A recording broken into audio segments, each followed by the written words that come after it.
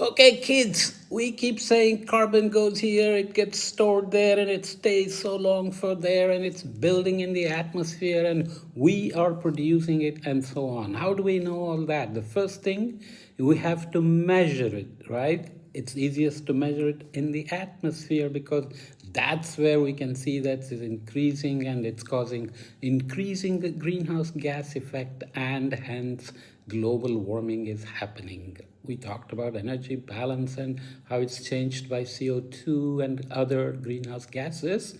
It's easy enough to measure it in the atmosphere. We have instruments that can measure the concentration of carbon dioxide in the atmosphere, and it started being directly measured in the 1950s, long before you were born, maybe even long before your parents were born for some of you. But that data has been accumulating and it shows that the concentration of atmospheric CO2 is going up. Why can we do this? Because CO2 has an advantage in many ways.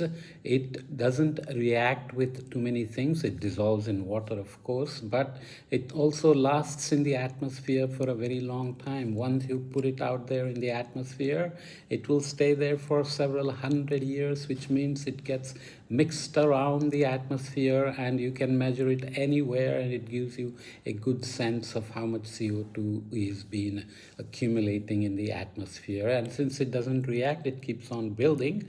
Of course, it's also going into the ocean, into forests, into some lands, and so on and so forth.